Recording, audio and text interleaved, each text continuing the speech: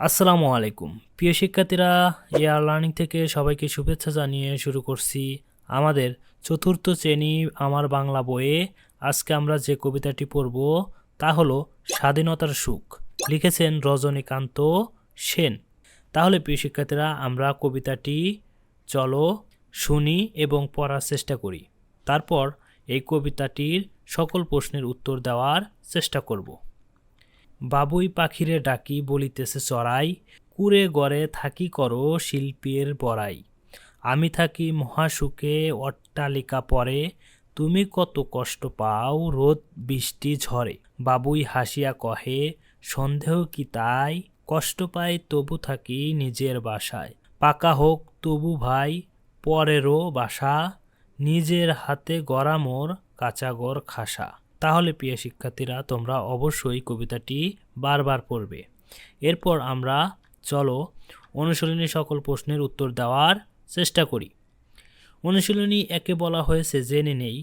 বাবুই খুব সুন্দর করে নিজের বাসা বনে গাছের ডালে, সেখানেই সে থাকে। আর চড়ুই থাকে অট্টালিকায়, অন্যের আশ্রয়ে থেকে চড়ুইয়ের অহংকারের শেষ নেই। বাবুইকে সে বাঁকা কথা বলে, কিন্তু বাবুই তাতে দুঃখ পায় না।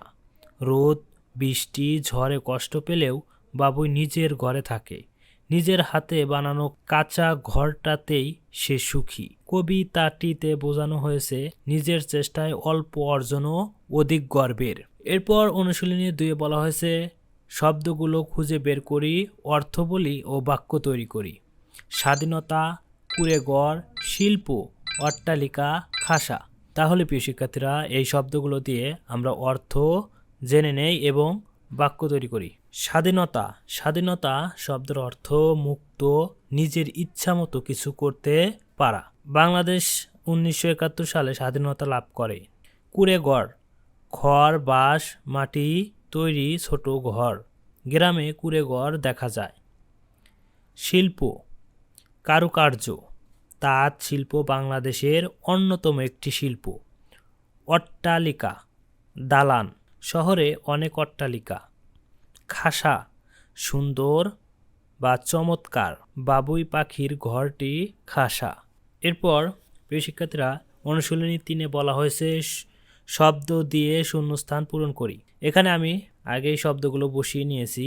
যেমন ক, কুঁড়ে ঘরে থাকি করো শিল্পের বড়াই। খ, আমি থাকি মহাসুখে অট্টালিকা পরে। ঘ, বাবুই হাসিয়া কহে সন্দেহ কি তাই। ঘ, কষ্ট পাই তবু থাকি নিজের বাসায়। উমো, নিজ হাতে গড়া মোর কাঁচা ঘর খাসা। তাহলে প্রিয় শিক্ষার্থীরা, এভাবে তোমরা শব্দগুলো দিয়ে বাক্যগুলো পূরণ করবে। এরপর অনুশীলনে 4 বলা হয়েছে বিপরীত শব্দ বলি ও লিখি। সুখ, দুঃখ, কষ্ট, আনন্দ, পাকা, কাঁচা, স্বাধীনতা, পরাধীনতা, খাসা, কুৎসিত। এরপর অনুশীলনী 5 বলা হয়েছে সাজিয়ে লিখি। এখানে যে বাম পাশে যে বাক্যগুলো দেওয়া আছে তা শব্দগুলো এলোমেলো ভাবে দেওয়া আছে। আমরা ডান পাশে সঠিক বাক্যটি লিখেছি।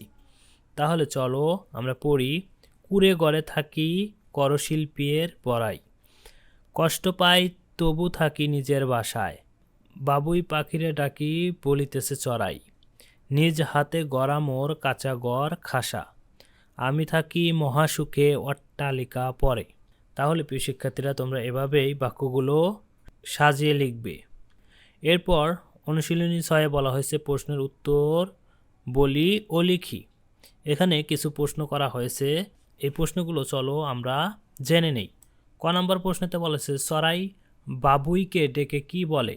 উত্তর, বাবুই পাখি নিজের গড়া বাসায় থাকে, কুঁড়ে ঘরে থেকে রোদ বৃষ্টি ঝড়ে কষ্ট পায়, আর চড়াই থাকে অট্টালিকায়, তাই সে বাবুই পাখিকে ডেকে বাঁকা করে বলে, কুঁড়ে ঘরে থেকে কেন শিল্পের বড়াই করো।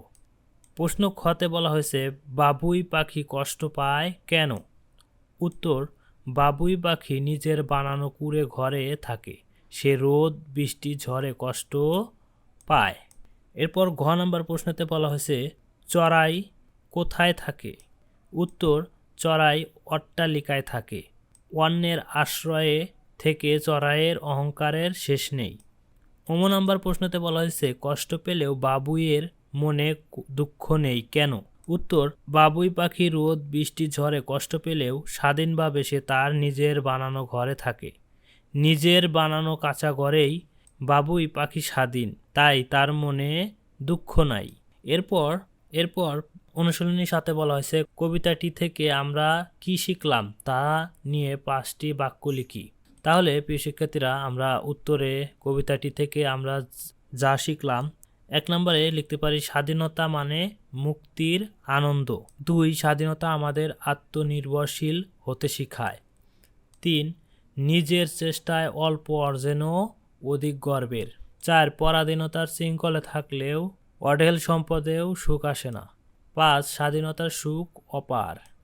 তাহলে প্রিয় শিক্ষার্থীরা, তোমরা অনুশীলনীর সাথে কিভাবে বাক্য লিখবে সেটাও তোমরা দেখতে পেলে। তাহলে আজকের মতো এ পর্যন্তই। পরবর্তী পাঠগুলো নিয়ে তোমাদের সামনে হাজির হব। ততক্ষণে তোমরা ভালো থেকো।